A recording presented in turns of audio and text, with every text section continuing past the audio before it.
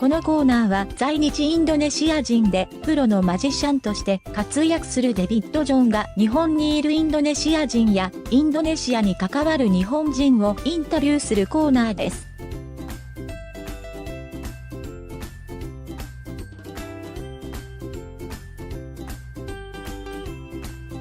チャカップチャカップ。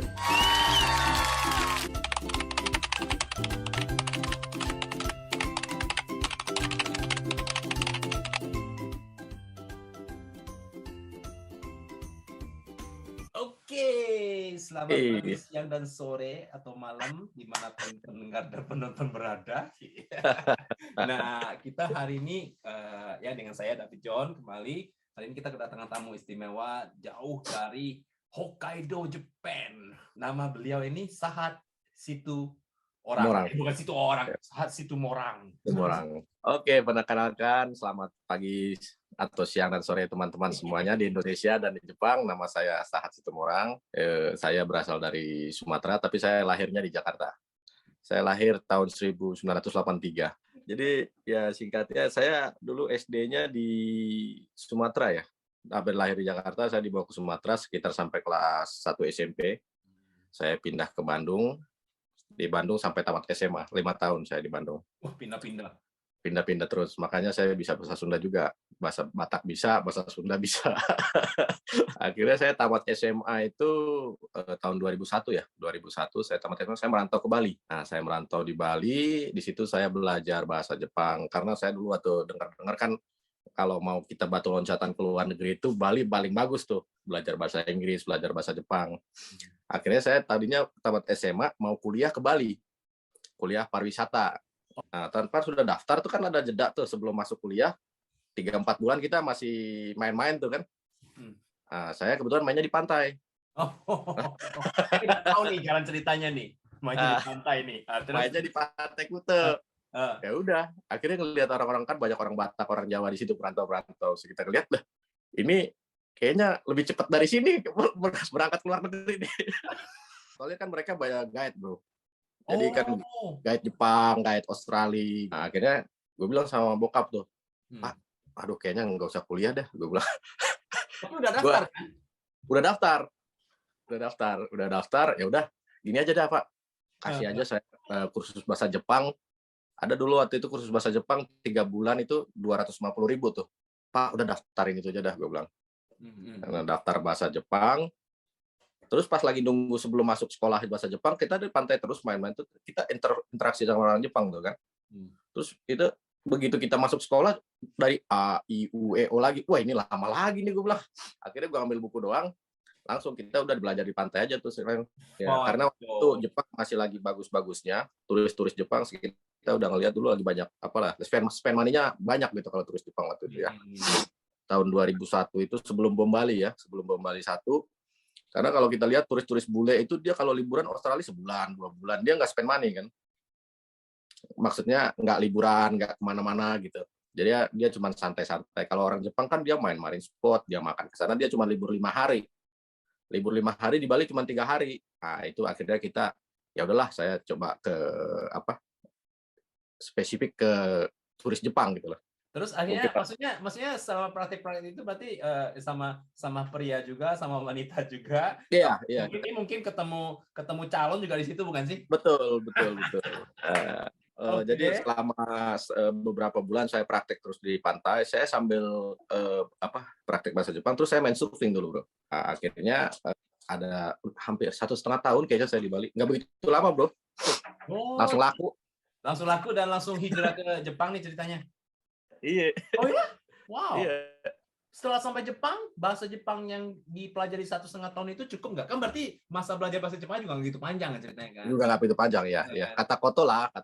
Tapi setelah kesini, itu gimana itu dari segi profesinya itu jadi apa tuh kesini? Kan sini kan mungkin ngajar surfing juga mungkin bisa, tapi kan hidup di Jepang agak keras kan dibanding. Iya, betul. Atau gue tuh tahun 2003 ya. Waktu sebelum Bom Bali 1 tuh, bro. Oh iya. Nah, nyampe di Jepang ya udah, kita cari-cari kerja dengan bahasa Jepang yang nggak begitu bagus. Memang susah, bro, pertamanya. Oh iyalah, tapi belum menikah waktu itu kan? Kita langsung menikah. Jadi waktu sebenarnya belum sampai sebulan udah menikah berarti? Belum udah. Kita ketemu beberapa hari, terus dia telepon saya. Ya. Luar biasa. Setelah saya ke Jepang itu saya 3 bulan nganggur bro. Lagi musim salju kan tuh ya. Terus akhirnya ya udah pulang Indonesia bentar, terus main lagi itu. Terus cari kerja saya begitu udah mau musim haru, saya dapat kerja dulu. Susah kan kita cuci piring zaman dulu kan masih susah bro. Hampir 20 tahun yang lalu ya kita Jepang, apalagi kalau Tokyo udah banyak orang asing, kalau Hokkaido kan masih sedikit dulu itu. Iya benar. Kita mau nyuci piring aja ditanya bahasa Jepang lo gimana, nyuci piring bro, gue bilang bahasa Jepang nggak perlu kali. Akhirnya gue dapet deh helper tukang pijit tuh, mijit, tapi tempat pijitnya 2 jam sekali mijit, kadang-kadang tamu ada yang 4 jam bro. 4 jam serius 4 jam mijit. 4 jam bro, ngantuk lo. Kadang-kadang baru pertama tahu nggak? Kan masih umur 19 waktu itu tuh. Nah, gue bilang, senpai, senior gue pengen ke belakang dulu, dikirain mau ke toilet kan, ya udah sono gue ngerokok bro. Gaya Indonesian style. Akhirnya udah setelah itu kita nyari apa dulu kerja tuh, satpam bro. Aku dapat kerja satpam, tapi satpamnya yang di pinggir jalan itu bro, yang ngatur-ngatur mobil tuh. Iya, kita satpam jalanan, ngatur-ngatur mobil. Ya kan? Ya itu hampir 7 bulan saya kerja. Wow, lama juga itu. Akhirnya aku nggak kuatnya. Kalau kerjaannya memang dari dulu gambateru ya Pak, kita semangat kerja ya. Cuman aku nggak kuatnya waktu itu sama salju bro. Aku kalahnya, tuh bayangin dari server bu di Bali yang 40 derajat, 38 derajat, langsung ke -10. Habis itu jadi satpam tuh anak baru lahir, gue berhenti kerja loh. Di sidang gue sama keluarga. Lu gimana ini anak baru lahir? Anak pertama lu.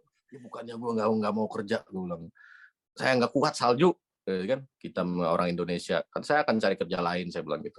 Akhirnya setelah oke lah gitu, yang penting lo kerja. Akhirnya gue kerja waktu itu apa ya, tukang chat, kita ngechat itu juga udah itu nggak kuat, udah ini kayaknya nggak bisa nih. Habis itu kita habis kerja ngechat, habis itu nurunin barang di apa kayak kontainer gitu bro, dari luar jadi negeri. jadi kayak dari kontainer gitu ngepak itu, kita nurunin barang tuh 2 jam 3 jam tuh. Habis itu saya kerja bendiasang apa sih namanya kalau bahasa Indonesia? Apa? Jadi beres-beresin rumah bendiasang, buang-buangin sampah orang. Oh iya. Terus malamnya kebetulan bos gue ini dia punya restoran Indonesia juga waktu itu, namanya Panas. Ada dia seneng Bali kan. Nah, terus pas kalau lagi siang gue kerja pindah-pindahan, kalau malamnya kita disuruh jadi waiter. Jadi gue kerja dari jam 9 sampai jam 12 malam tuh. Jadi malam kita jadi waiter, begitu tamu-tamu udah pada settle, gue disuruh nyanyi bro, ngibur. Bisa nyanyi juga lo? Akhirnya kok gini-gini terus ya, gue kayaknya ada sesuatu yang mungkin nggak kuat gitu bro. Gue pikir kalau begini-begini aja di Indonesia gue juga makan, gue bilang.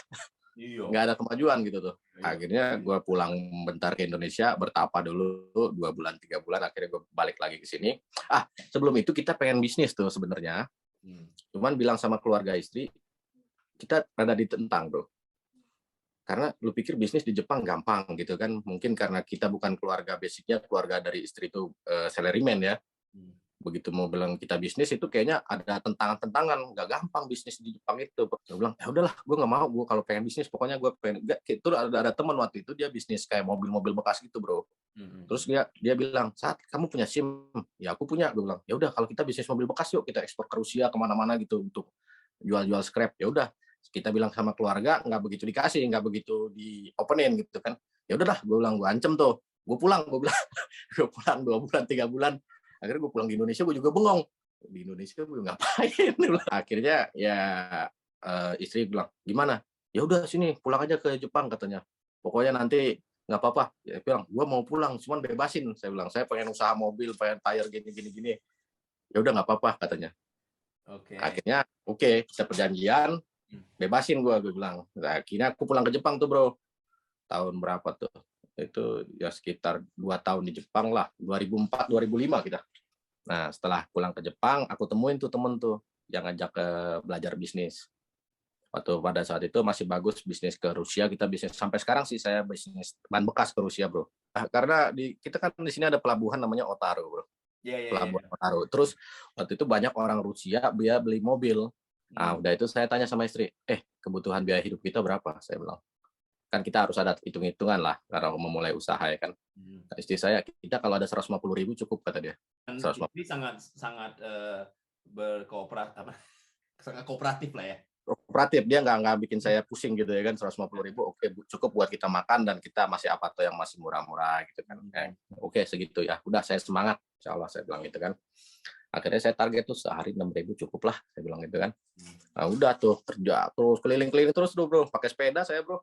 Nah itu mereka biasa buang ke tempat sampah ya? Mereka biasanya buang ke tempat orang ada yang ngambilnya juga, tapi sebelum dia dibuang kita masukin duluan tuh bro. Oh jadi kita egyo. Mereka buang kan harus bayar juga kan? Bayar, betul. Jadi lu bayar atau ambil gratis ya? Kita beli dulu, kita beli. Mereka malah seneng ya? Mereka malah seneng. Tapi belinya harganya murah banget dong? Betul, murah banget.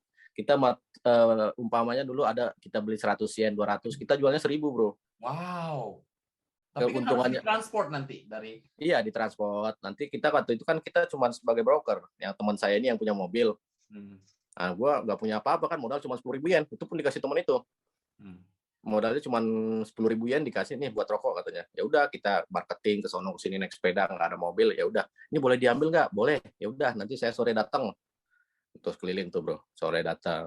Mantap. Nah, akhirnya lama-lama, wah kayaknya harus butuh mobil ini. Nah, tapi kan belum punya duit banyak tuh bro. Kita bilang sama teman, bos, saya cicilin deh mobil ini yang dipakai buat saya. Saya bilang, ya udah berapa? 80.000. Saya cicil ya, saya bilang. Nah, berarti kan kumpulin dulu tuh perlu warehouse. Perlu tempat. Nah, dulu situ kita sewa lagi dong itu tempat. Kan mahal. Iya, mahal bro. Cuman waktu itu kita belum punya modal buat warehouse. Terus ada bengkel-bengkel tuh teman-teman Jepang tuh. Wah. Saya bilang, guys mas, saya mau taruh ini. Saya bilang ya udah berapa? Saya bayar dah. Saya bilang 1 bulan 10.000 atau 20.000 di samping warehouse-nya dia, bukan di dalam loh. Gue pengen pinjam tempat lu sekian sampai kapal datang tuh. Kita taruh di situ tuh, kita bayar. Terus kita pinjam alatnya dia buat bukain pelek, buat ini kan kita jual scrap juga. Yes. Tapi gimana caranya cari orang yang mau beli? Rusia. Itu. Akhirnya kita dulu kan ke pelabuhan tuh. Jadi orang Rusia dulu banyak tuh pada nungguin tuh di depan kapal, di depan gerbang. Ada tayar, kita datang itu mereka manggil sini tayar saya beli gitu bro. Jadi mobilnya bawa ke situ, isinya udah ban semua. Kita jualan di situ. Yang ini nggak mau, pada sisa bawa pulang. Kayak gitu. Pasar beneran ya. Jadi nggak ada. Kayak pasar. Istilah nggak ada perusahaan antar perusahaan A sama perusahaan B, bukan, ini benar-benar perusahaan A dari Rusia sama penjual langsung gitu ya. Langsung betul, buyer langsung. Seller personal ya. Gitu kan maksudnya personal kita. Akhirnya lama-lama kita masuk, oke udah lama-lama kan kita tuh udah punya duit lagi, beli truk. Akhirnya beli truk, begitu udah mau membesar, wah kayaknya udah harus punya gudang nih. Saya bilang sama istri saya, kayaknya mah kita udah harus, saya mau nyewa gudang, saya bilang. Terus saya cari tuh yang murah-murah bro, harganya 80.000 waktu itu ya. Kata istri saya, kamu mau nyewa gudang harga 80.000, ya cing kita aja 40 katanya. Kita harga 40.000 loh katanya. Kamu bisa nggak bayar katanya. Takut istri saya. Tapi kan saat itu udah mulai kelihatan masa depan. Udah mulai kelihatan gitu loh, udah jelas. Iya, cuman masih takut lah istri kan. Akhirnya saya waktu gudang, alhamdulillah langsung langsung moncer tuh bro. Langsung kita punya tempat barang bisa berputar terus tuh. Alhamdulillah. Terus sudah itu kita terus ambil karyawan Jepang ya kan. 1, 2 nambah mobil, nambah ini. Akhirnya udah mulai berjalan tuh bro, berjalan ya. Ada naik turunnya pas Lehman Shock juga. Waktu itu kan ada Lehman Shock ya, kita pernah jatuh sekali gitu kan. Terus kita waktu itu pas umur 23 lah ya. Pas lagi situ pas moncer-moncernya tuh bro. Umur 23 omset kita itu sekitar saya masih baru 2 tahun coaching. Langsung saya bikin PT tuh bro, umur 23 saya bikin PT Kabushiki Gaisha. Nah di situ lagi bagus-bagusnya kita kadang-kadang omset itu satu tahun itu 1 oku. Wow. Dari ban bekas itu satu bulan saya bisa omsetnya iseng bro. Setelah saya itu pas lagi zamannya 2015 ya. Itu lagi zamannya Indonesia banyak datang kan tuh ke Jepang tuh. Turis, yes. Turis tuh. Waktu itu ada satu perusahaan bus besar di sini, teman saya tuh, dia juga punya pemotongan. Saya ngelihat persis dia waktu bikin bus, bro. Dia bikin bus boro-boro gitu kan. Dia mulai dari 3 bus, 4 bus. Begitu saya sadar, saya ketemu lagi busnya udah ada 40 bus yang baru-baru tuh. Lu kok bagus banget bisnis lu, gue bilang. Sampai sekarang dia punya taksi 60 sama busnya 47. Akhirnya dia ngajak saya ke Indonesia. Dari situ ada GNTO. Oh, iya. GNTO, dia ada meeting di Jakarta. Di Hmm. Jakarta waktu itu kan, dia bilang temenin dong gua. Akhirnya kan kadang kita teman, ya udah gue temenin, gue bilang gitu kan.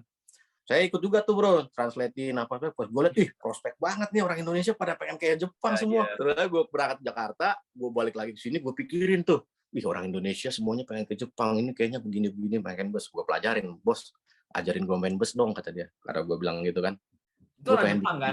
Orang Jepang. Aku pengen bikin transport, usaha transport, aku bilang gitu kan. Kita punya tempat, kita beli bus tuh waktu itu tuh. Udah itu beli bus, kita 2 tahun di Sapporo, tapi waktu itu saya lihat prospeknya kurang bagus ya Sapporo. Gue pindahin aja ke Tokyo nih bus kita nih. Begitu gue pindahin ke Tokyo 2018, langsung moncer tuh, sibuk terus tuh. Omset juga naik. Wah, pas sebelum COVID itu kita beli bus big bus tuh bro. Bus gede kan, Ogata bus. Gede, ya. Itu rencananya untuk menyambut Olimpiade itu kan. Itu udah. Kedepannya kelihatan nggak nih setelah turisme ini mau rambah bisnis apa lagi sih? Kalau untuk sementara mungkin mulai bulan-bulan 1 ini kan turis walaupun belum ada kepastian dari luar negeri, Bo. Saya pengen mungkin untuk bus kita itu bulan-bulan 4, bulan 5 ini udah mulai harus dijalankan lah. Saya udah mau ngurus lagi nanti untuk lokal turis aja dulu. Nah, mungkin kedepannya setelah COVID sambil bus berjalan, saya ada rencana pengen bikin pemotongan mobil, bro. Wow, tapi ini cerita Bang Saad ini benar-benar luar biasa deh pokoknya. Semoga bisa inspirasi banyak. Harus itu kuncinya sih bersyukur, bro. Bersyukur dan dekat dengan Tuhan ya. Benar. Kita harus selalu berdoa. Jangan sampai lupa sama yang di atas ya. Betul. Betul. Sip. Oke, thank you banget Bang Saad. Siap, bro.